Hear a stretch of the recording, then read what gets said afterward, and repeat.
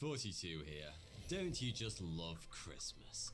It's my favorite time of the year. The tin but merry days of and ignite. This is the most mystery disappearance in history. Ooh, let's see. It was the 24th of December 1945, and the Sodder family of Fayetteville, West Virginia, was home enjoying the evening before Christmas. George Sodder was a successful businessman who, along with his wife Jenny, presided over a respected middle-class family of 10 children. 10? Yes, 10 children. Fuck? 9 of those children were at home this fateful night, with only 21-year-old Joseph being absent while serving in the army. As Christmas Eve drew to a close, 3 of the kids, 12-year-old Martha, 8-year-old Jenny, and 5-year-old Betty, were playing with the gifts given to them by their sister Marion, who, at 17, was the eldest daughter. After a long day's work together, George and his 2 older boys, 23-year-old John and 16-year-old George Jr., had already gone to bed. At 10 p.m, the young girls begged to stay up later than usual to play with their new toys, which their mum, Jenny, agreed to, provided the 2 boys, 14-year-old Maurice and 9-year-old Louis, did the final farm duties before turning in. Then Jenny said goodnight to the kids and took Sylvia, her youngest, to bed. It was, by anyone's standard, an idyllic family scene. At around 12:30 that night, the phone rang. Jenny went downstairs to answer the call and was greeted by the sound of laughter and glasses clinking in the background. A woman's voice that Jenny didn't recognise asked for a name she'd never heard of. Jenny said she had the wrong number, and the woman gave what Jenny later called a weird laugh before hanging up the phone. On her way back up to bed, Jenny noticed that the lights in the house were still on, the door was unlocked, and the curtains were still open. And that was strange. If the children ever stayed up late, they always took care of these details before going up to the attic where they all slept. But 17-year-old Marion had fallen asleep on the living room couch, and Jenny assumed the other kids had gone off to bed, forgetting these minor chores in the excitement of Christmas. So she turned off the lights, locked the door, closed the curtains, and went back up to bed. As you'll all know by now, I'm a huge fan of Manscaped. They offer the best tools and solutions for the big free. I don't Makes it see so your all ad. day protect. They're new on, but half an hour later, Jenny was woken again. This time by something hitting the roof. She later described it as sounding like a heavy rubber ball, which then rolled off the roof and hit the ground with a thud. She listened for another noise, but when the night remained still, she drifted back off to sleep. Another half hour later, Jenny woke up again, this time to the smell of smoke. After scrambling out of bed, she discovered that the room George used for an office was on fire. On fire? Panicked, she woke George, who then woke the 2 eldest sons, Fire. John and George Jr. Jenny woke Marion and told her to get baby Sylvia out of the house. Everyone yelled for the children upstairs in the attic, but there was no answer. Initially, after the fire, John said he'd gone into the children's room and shaken them awake, but later he changed this story to say he'd only called up to them. A pretty critical piece of evidence, as we'll see later. George, Jenny, and the other 4 children escaped the house, but the remaining 5 children were nowhere to be seen. By now, the entire downstairs was in flames, as was the staircase that led up to where the 5 children remaining. George, Jenny, piece of evidence. He'd only called, but later he changed this story to say he'd only called up to them. A pretty critical piece of evidence, as we'll see later. George, Jenny, and the other 4 children escaped the house, but the remaining 5 children were nowhere to be seen. By now, the entire downstairs Yo, it was 10 kids, dude. It was 10, not 9.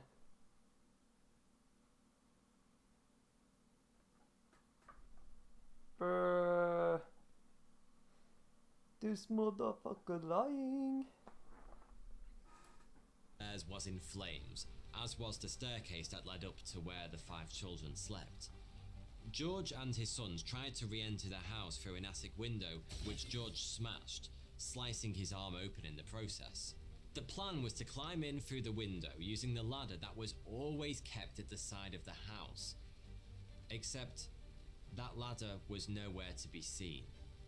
George had the idea to drive his trucks up to the house and use them to climb up into the attic window, but despite working perfectly the day before, neither truck would start.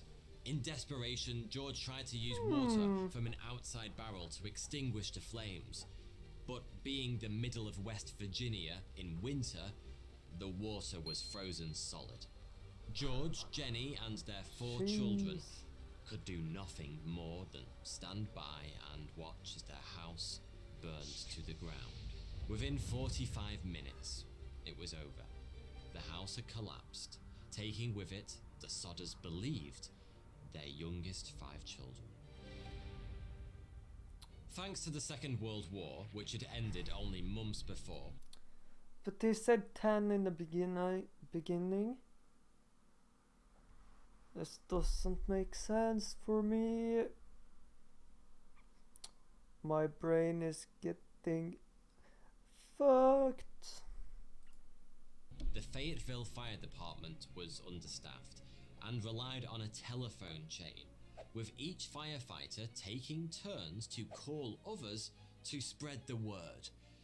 To make matters worse, the fire chief, C.J. Morris, didn't know how to drive the fire truck and needed to wait for someone more qualified to arrive.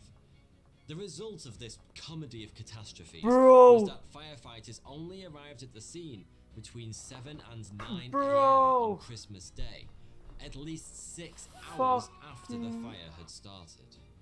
By then, there was nothing to be done. What had once been the Sodder home was now little more than a pile of smouldering. By then, there was nothing to be done. What had 1, 2, 3, 4, 5, 6, 7, 8, 9. Why the fuck did he say 10 children in the beginning?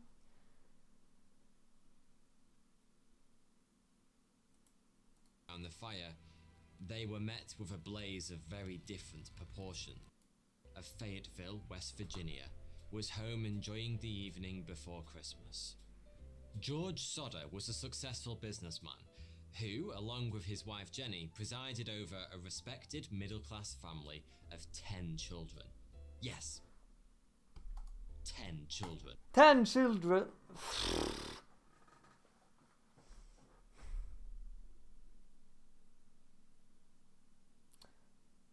Where's the last one then? Bro, where's the last one?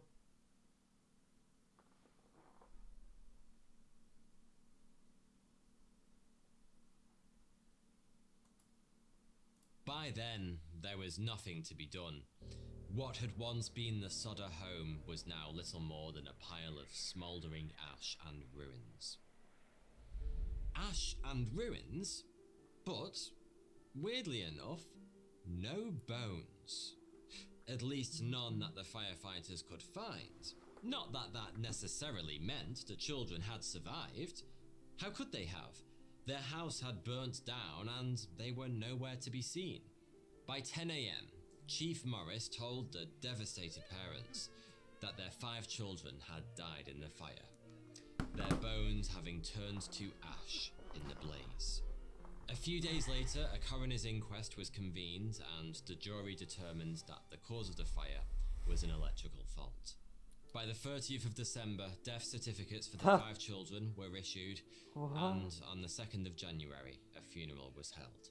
Though George and Jenny Sodder were too grief-stricken to attend. The events of that terrible Christmas were devastating. and had happened terrifyingly quickly. But as George and Jenny Sodder began rebuilding their lives, they started piecing together what had happened.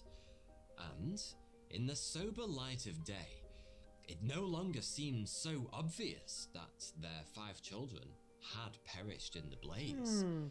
There were simply too many details on the case that didn't make sense.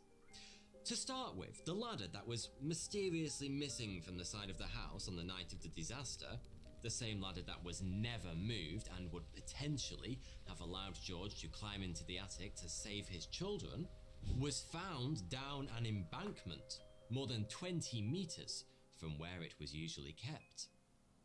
On the night of the fire, Marion had run to a neighbor's house to call the fire department, but the phone line was down. A passing motorist had seen the flames and had tried to call the fire department from a nearby tavern, but he couldn't get through either. In the end, another neighbor had to drive into town and track down the fire chief in person. It later transpired that none of the local phones were working, not because of the fire, but because someone had cut the local phone lines. George was also convinced his trucks had been tampered with. He was diligent about looking after his business equipment, and it simply didn't make sense that both trucks would suddenly fail to start when they'd been working perfectly the day before. Around the time of the fire, neighbors had seen a man sneaking away from the scene with a block and tackle, the kind that's commonly used to remove motor engines. It turns out he was simply stealing it, but when the police caught up with him, he also admitted to having severed the phone lines, though he claims he thought they were power lines. Frustratingly, it seems no one thought to ask him why he wanted to cut the power to the house. Even more frustratingly, no official record survives identifying the mystery block and tackle thief, so nobody has ever been able to track him down to find out just what the hell he was up to that night. That's good, dude. These strange occurrences on their own proved nothing, but taking them all together, they began to sow seeds of doubt in the Sodder family's minds. And there was more. According to Fire Chief Morris and the coroner's inquiry, the fire had been caused by an electrical failure. But when the family had been trying to escape the house, all the lights were working, even on the Christmas tree. How could there have been an electrical failure if the electricity was working just fine long after the fire had started? It could have been Jenny Sodder disputed another aspect of the Fire Chief Morris's report, that the remains of the 5 dead children had been burnt up in the blaze. In another incident around the same time, a family of 7 were burnt to death in a similar fire, and remains of all of those dead had been found. An employee at a local crematorium told Jenny that human bones still remain after bodies are burnt at 1000 degrees Celsius for 2 hours, much hotter and much longer than the Sodder fire had been. Obsessed, Jenny began a process of burning small piles of different animal bones, trying to destroy them completely. She never succeeded. The more the family investigated the fire, the more convinced they became that their 5 children had not been taken by it. The question was, where were they? The Sodders' suspicions that an electrical fault had not caused the fire seemed to be confirmed when a bus driver claimed he'd seen people throwing what he described as balls of fire at the house, which made it sound like a Dungeons & Dragons level 5 mage had been behind the incident. Oh god damn. That is, until the seasons changed and melting snow revealed a small round object in the bushes near the house. George recognized it at once. It was a pineapple bomb, a type of hand grenade used in the war. Could it have been responsible for the loud thump Jenny heard on the roof the night of the fire? And even the fire itself? Of course, all of this weirdness leads us to the inevitable question. Why would anyone want to sabotage the Sodder house? Everything we've learned so far, the strange phone call, the cut power lines, the possibly sabotaged trucks, and the presence of a hand grenade in a family garden, Oh, it's all a goddamn bit hand odd. grenade, dude. But if these really are clues pointing to a secret scheme to whisk away 5 of the Sodder children, someone was apparently prepared to go to extreme lengths to do so. Not only did they have to create the mother of all diversions, they also appear to have thought of every last detail, from hiding the ladder to sabotaging the trucks, just in case George Sodder happened to think of using the vehicles to reach the kids. The most common place people have gone seeking possible motives for such an elaborate crime is in George Sodder's somewhat shady past. George Sodder was originally Giorgio Soddy, an immigrant who moved to the United States from Sardinia in 1908. By 1945, he'd built himself a successful truck hauling business in Fayetteville and had become a well-known member of the local Italian-American community.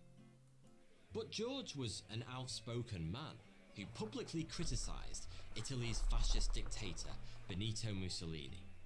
Mussolini was a polarising figure amongst Italians at the time, eliciting love and hatred in equal measure. Il Duce, as he was known, was executed by communist partisans in April 1945. But by Christmas of that year, the dramatic event still felt very fresh for many Italians. So George Sodder's views made him unpopular amongst Mussolini loyalists, something that was made very clear to him. Just weeks before the fire, a salesman arrived at the Sodder residence and tried to sell George life insurance. When George turned him down, the man claimed the Sodder house would go up in smoke and the children would be destroyed as punishment for the things George had said about Mussolini. Later, it emerged that the same salesman had been a juror in the coroner's inquiry that had concluded the fire had been caused by faulty wiring. This was especially suspicious, as a few months before the fire, a man had shown up at the house looking for work. When George said he didn't have any, the man had pointed up to the fuse box outside the house, out of nowhere, and told George it was going to cause a fire one day, despite the fact it was in good repair and had been checked by the local power company only weeks before. The older Sodder boys also recalled having seen a suspicious car parked on the side of the highway near their house for a number of days before Christmas. The driver had apparently been watching the younger Sodder kids closely as they came home from school. By now, George and Jenny were convinced their children were still alive, a conclusion that was strengthened as eyewitness reports began to flood in. One woman claimed to have seen the children in a passing car whilst the fire was in progress. Another woman, who managed a tourist shop about 50 miles west of Fayetteville, said she'd seen the children the morning after the fire and had even served them breakfast. Yet another woman from a hotel in the nearby town of Charleston claimed to have seen 4 of the 5 children about a week after the fire, accompanied by 4 people of Italian descent. When she tried to speak to the children, one of the men became hostile and said something to them in Italian, at which point the children stopped communicating and moved on. Sightings like these spurred the Sodders on. They approached the FBI requesting assistance, and even though FBI Director J. Edgar Hoover himself replied personally to say he didn't think he could help, he did make his agents available at the discretion of local law enforcement. The Fayetteville Police and Fire Departments, however, refused FBI involvement. George and Jenny Sodder also hired a private investigator to hunt down leads. Though none of these amounted to anything much, the investigator did uncover a bizarre story involving Fire Chief Morris. Morris had apparently told the local minister that, despite claiming to have not found any remains after the fire, he had in fact found a human heart, which he'd buried in a human box near heart? the site. When the Sodders approached the fire chief, he agreed to dig it up. And inside they found what later turned out to be fresh beef liver. Eventually, Beef Morris liver. admitted he'd fabricated the whole thing to try to get the Sodders to stop making inquiries, further fueling suspicions of a local cover-up. Over the following years, tips and leads came in from all over the United States, and George Sodder travelled the country in desperate hope of finding some clue that proved his children were still alive. Without success. In August 1949, almost 4 years after the fire, George and Jenny had an idea they hoped would confirm once and for all that their children had not died on that fateful night. 4 days after the tragedy, George had used a bulldozer to cover the ruins of the house in several feet of dirt. Now desperate for the truth, he hired a pathologist from Washington, D.C. to oversee the excavation of the site and look for skeletal remains. In yet another strange twist, the pathologist found shards of vertebrae, which were sent to the Smithsonian Institute for analysis. Scientists confirmed that the bones belonged to a boy, but most likely one that was too old to have been any of the Sodder children. The Smithsonian also confirmed the bones had never been exposed to fire, suggesting the vertebrae must have already been in the earth George had moved with the bulldozer, or perhaps, if you're feeling cynical, that someone had planted them there in the hope of convincing the Sodders that they'd found their children's remains. No matter how many setbacks the Sodders faced in the pursuit of the truth, they kept on fighting to find their children.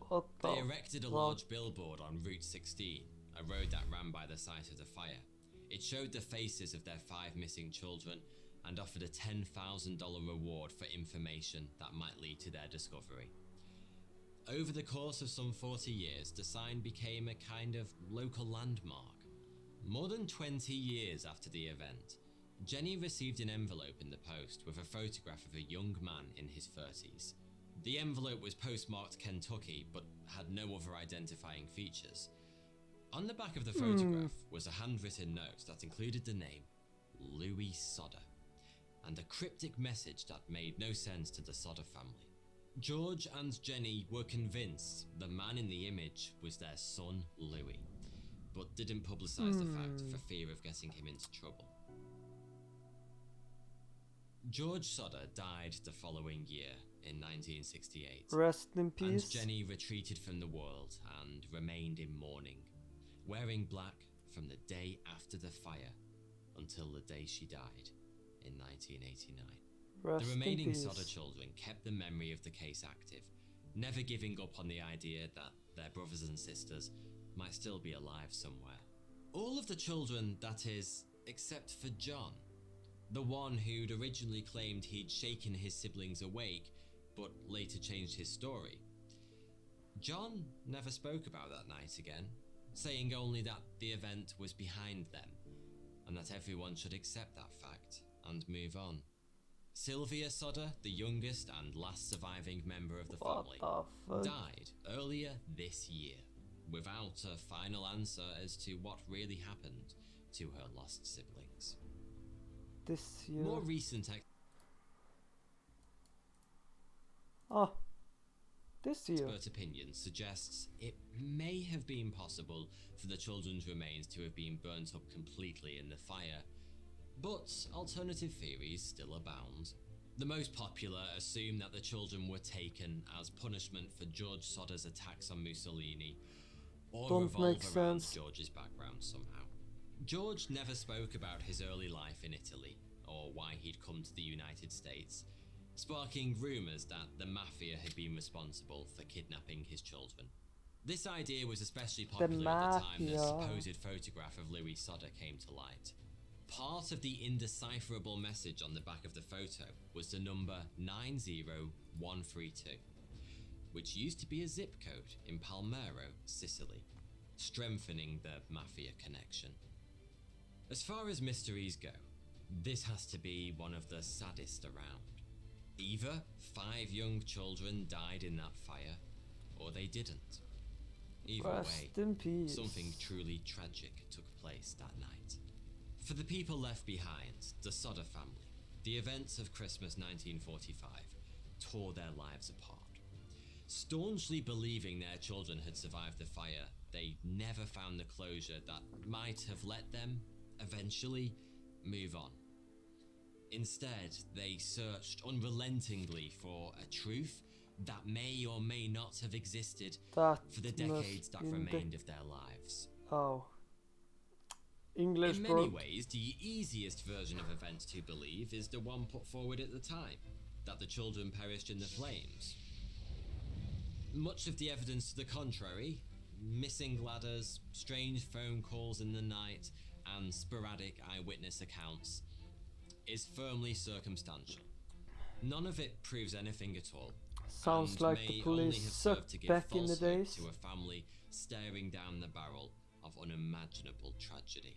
And yet, this is a story where so many little things just seem off, where coincidences stack on top of inconsistencies to the point that there's just enough reason to believe the Sodder children might already have been gone when the house caught fire. Whether they were taken to be sold to wealthy Americans in an illegal adoption scheme, that wasn't unheard of at the time, though it did tend to happen to younger children, or whether they were spirited away as punishment for George Sodder's political views, or some unknown event in the past. It's impossible to say. And sadly, that sentiment sums this whole case up. We'll probably never know what really happened that terrible Christmas Eve in 1945. Perhaps we should, in the words of mafia legend Mickey Blue Eyes, forget about it. Thanks for watching. Check out my new podcast, Random Interesting Facts. Well, thank you.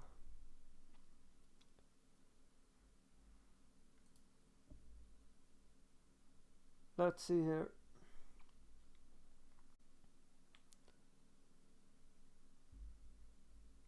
I've